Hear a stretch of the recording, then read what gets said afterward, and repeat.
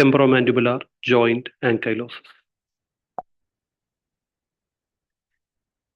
This is the typical anti-gum face, and this is a typical bird face deformity for the TMJ ankylosis. Temporomandibular joint is the articulation between squamous part of temporal bone and the head of the mandibular condyle.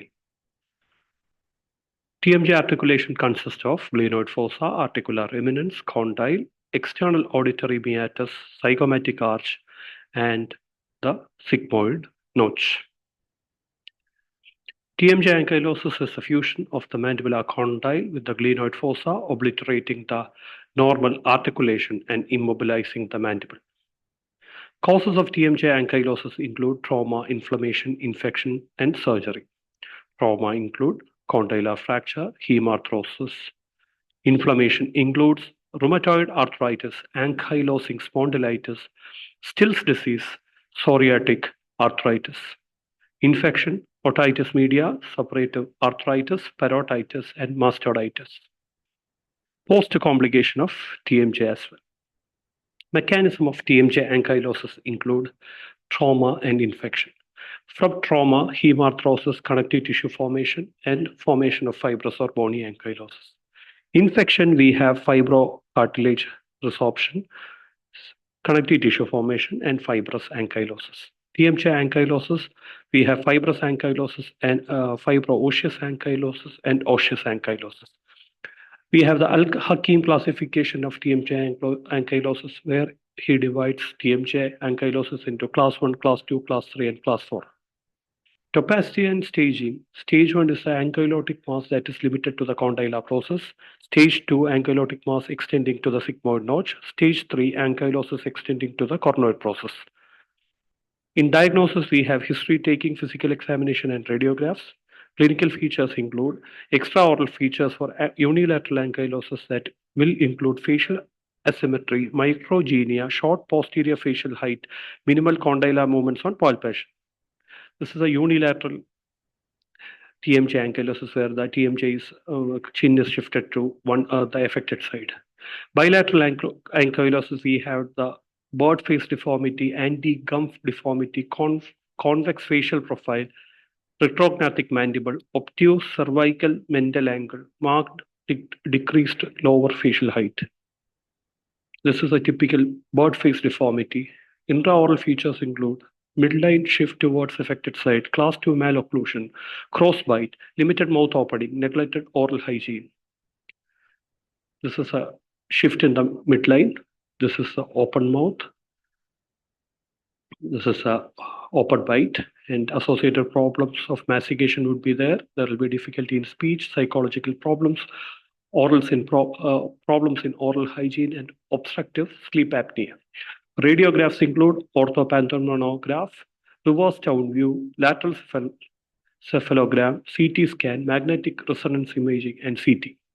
Radiograph include narrowing of the joint space, total joint space obliteration, short ramal height, prominent antigonial notch, crowding in lower teeth, elongated cornoid process of mandible.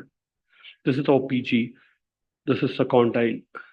Treatment include team approach, including a maxillofacial surgeon, orthodontist, anesthetist, physiotherapist, nutritionist, speech therapist, psychologist, and oral hygienist.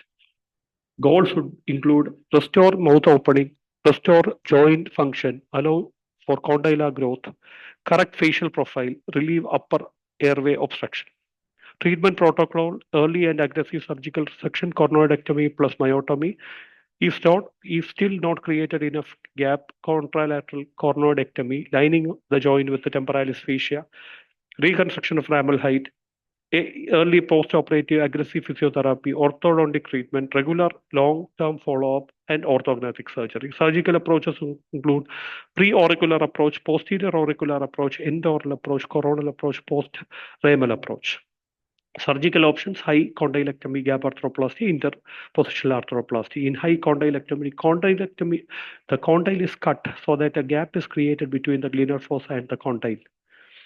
It is indicated in the case of fibrous ankylosis. Gap arthroplasty in case of bony ankylosis, part of the ankylotic mass is cut so that a gap is created between the glenoid fossa and the condyle. and the mouth is forced to open, and a gap of 1.5 to 2 centimeter is created between the cut ends of the bone. Interpositional arthroplasty involves the creation of gap, but in addition, inserting a barrier between the two bony cut ends to minimize chances of re-ankylosis and to maintain the vertical ramus height. Interpositional materials: autogenous, heterogeneous, and alloplastic.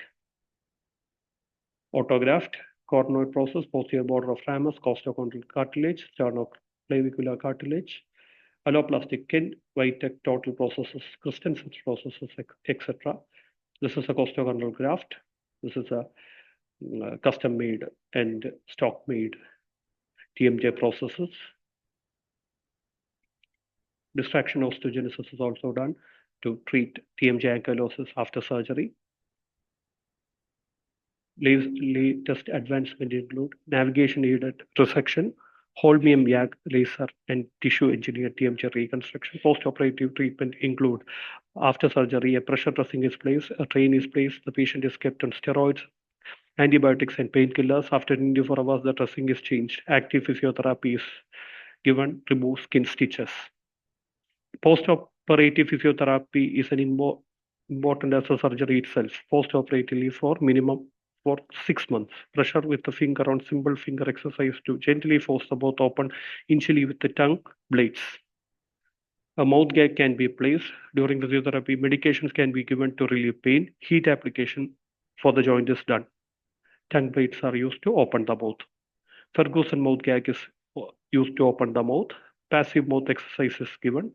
Complications include difficulty in intubation, difficulty in tracheostomy, damage to external auditory meatus, damage to nerves, glenoid fossa, parotid gland, and damage to teeth. Postoperative complications: extraoral scar, infection, open bite, anesthesia, weakness of muscles, Frey syndrome, external auditory meatus, stenosis, and recurrence of ankylosis. Thank you.